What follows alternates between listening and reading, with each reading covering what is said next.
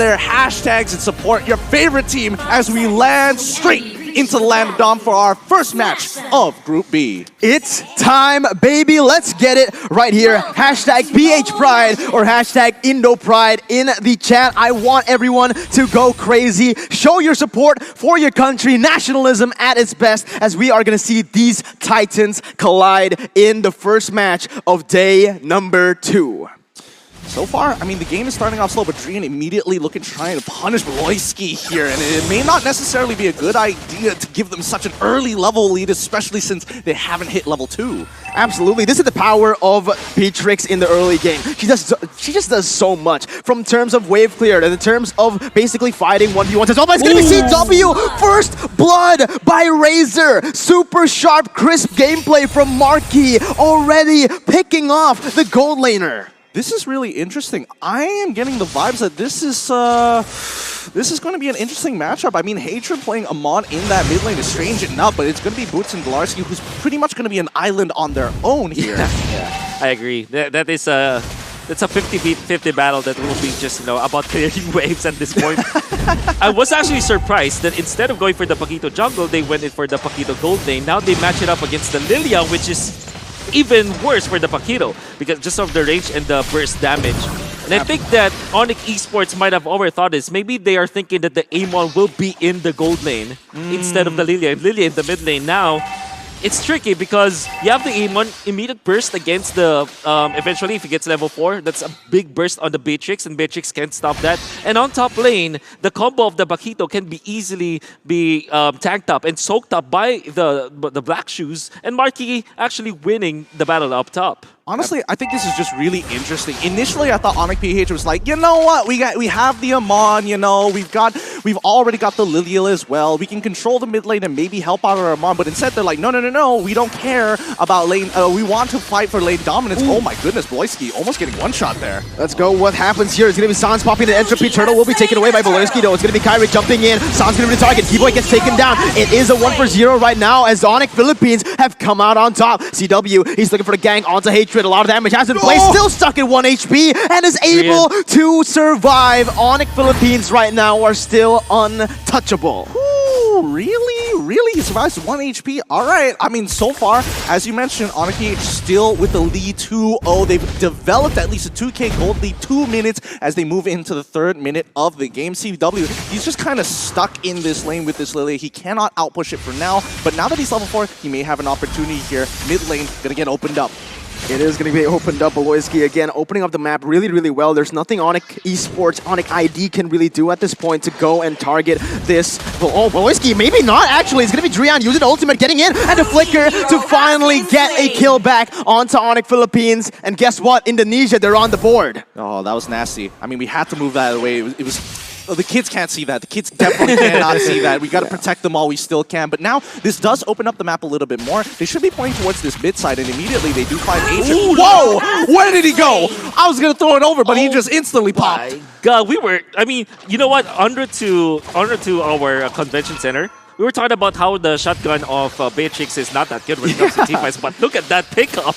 I mean, he just was gone in a second. Yeah, that's true. I mean, that's kind of what Amon's biggest weaknesses is. His base HP is really, really little, and the same can be said about Rafaelia, but let's see how they control it, because Onic Esports, great control of mid lane. They're pressing it onto the top side. Wait a minute, it's going to be Hatred jumping on it. Keyboy still has a flicker and is able to dodge away. Sans now gets caught in the Holy Baptism. Kyrie dashes in with a Thorn Rose. He's going to go for the kill. The Retribution just a little bit more, but Sans somehow still survives. Miscalculations coming in from Kyrie, but it's okay. It is already very good setup for the Philippine side to take this second turtle. CW though, he doesn't want to go for ways. He's going to be able to take that Black Boots away before the turtle fight starts, but there isn't going to be a turtle fight. I love it. I love this early aggression coming in from Onic PH, but Onic Esports, they also know that they want to keep strong. The turtle slain. Oh my goodness. We got to thank the Singaporean Tourism Board for making this game happen here. Onic PH and Onic Esports, like, oh, God bless to the fans, raging in chat for the excitement of this game. Man, you know, I'm looking at the chat. There are a lot of funny comments, but I think the number one, the most funny one is like, I hope Onic wins. It's just so Ooh, I do hope that Onic wins too. Oh, that's the greatest. That's the greatest. But now the next fight is already beginning. San starts the initiation as CW pushes them back. But Onic Philippines understand, yeah, 4 against 3, let's chill for a second, boys.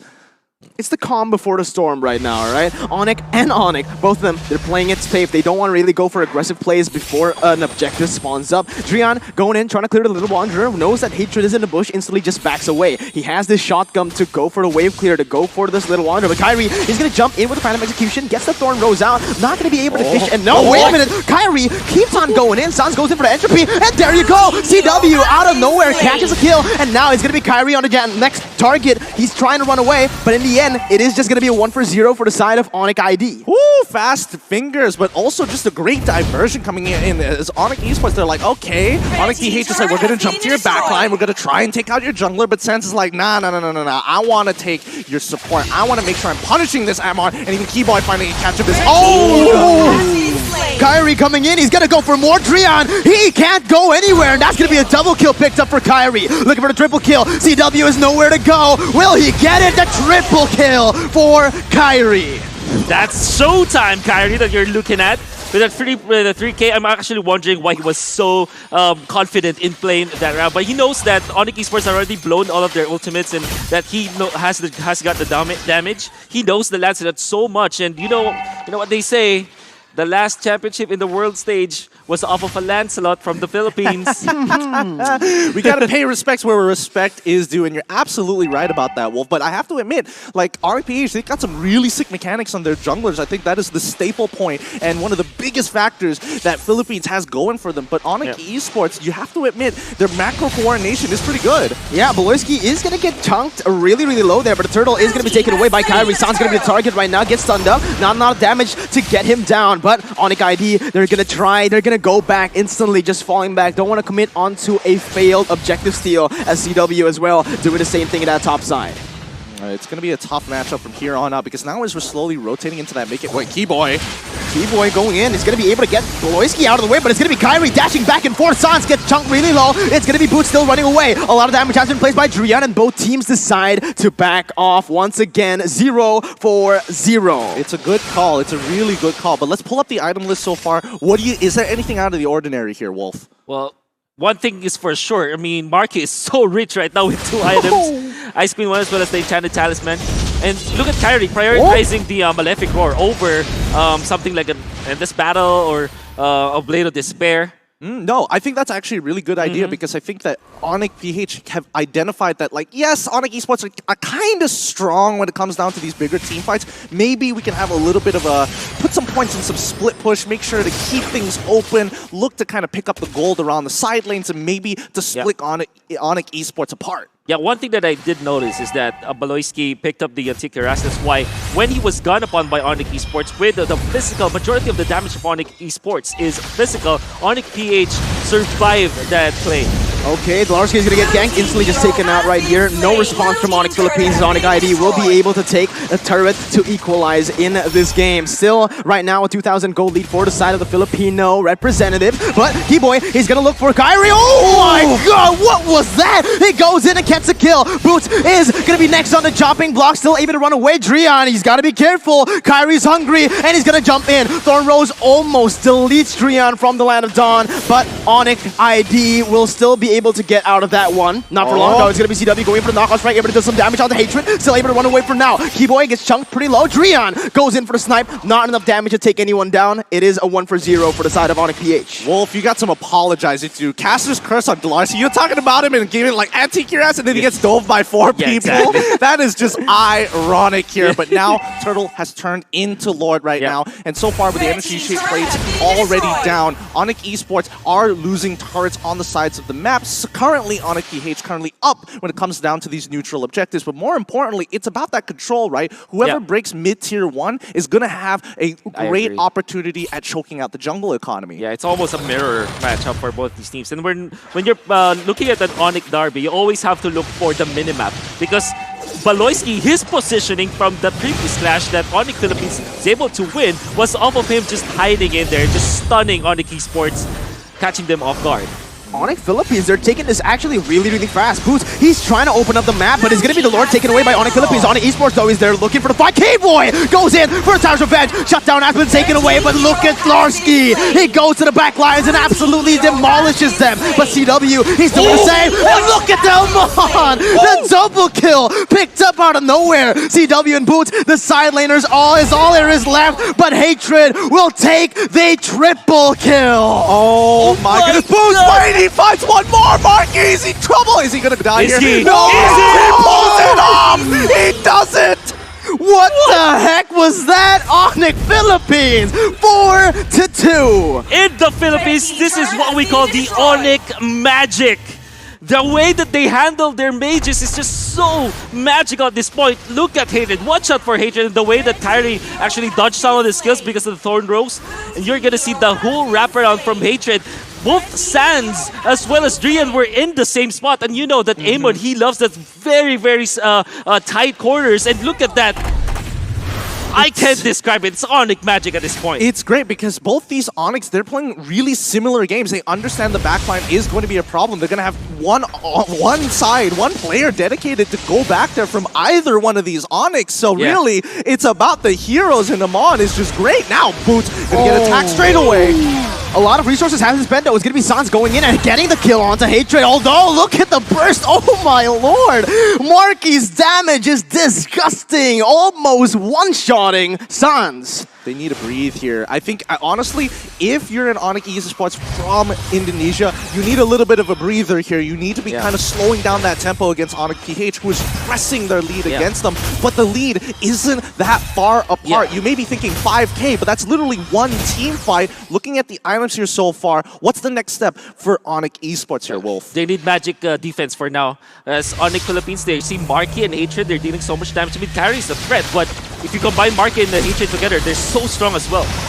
Larsky just takes so much damage with a vengeance on him, but it's going to be Kyrie jumping to the backside, still able to deal some damage right there as Onic ID will choose to fall back from that one. Kyrie, he's really hungry for kills here. The disrespect already coming in, 2 levels ahead of Sans, and you can see the dominance at this point, man. 5 turrets to 1, 12 kills to 7, and that 7,000 gold lead. I want to say for Onyx Esports, if they hang together, they have 2 marksmen in the late game. And no matter what happens, Keyboy's ultimate will be instrumental. If you're looking at Onic Philippines, their cores, their gold lane, their mid lane, their jungler, they don't have Purify. And this ultimate from Keyboy combined with the burst damage from Jane as well as Sands damage in the late game, that is something that Onic Esports might go for. I mean, we have to keep in mind that Loisky did take the Purify. He understands that with his ultimate, he might be able to save at least some of the key members of his team in these tight situations. Now, as we're coming back to the economy game here, Onic Esports, yes, they are down by 7K, but they just need to get to the 42K mark so they can get their marksmen online, especially for Sans. He's been farming very, very hard, but it's important that both Keyboy and as well as CW get their own items to really make the difference in these upcoming team fights.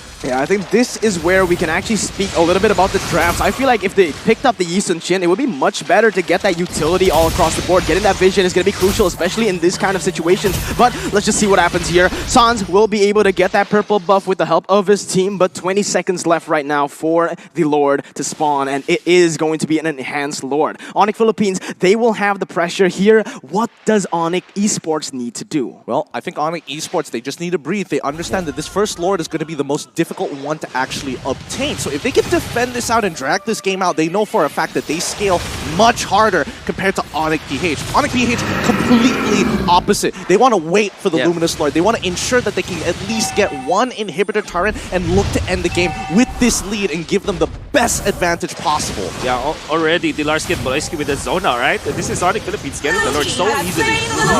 Uncontested, you can say there. Onic Esports, they didn't know what to respond with. They tried to go for a trade, they tried to go for the contest, but in the end, the zoning from the side of Onic PH, and they just beautiful decision making to focus in, to commit into that Lord. It is going to come up for Onic Philippines now with the enhanced Lord marching down that top side. I beg to defer. I think Onic Esports, they're seeing that the sonar is already coming up, and they decide it's just not worth the resources to commit to this. And especially since this is the first Luminous Lord, I don't think they're that worried about clearing things up. They just need to make sure an inhibitor turret doesn't go down. 14 minutes, 2 Athena shield picked up.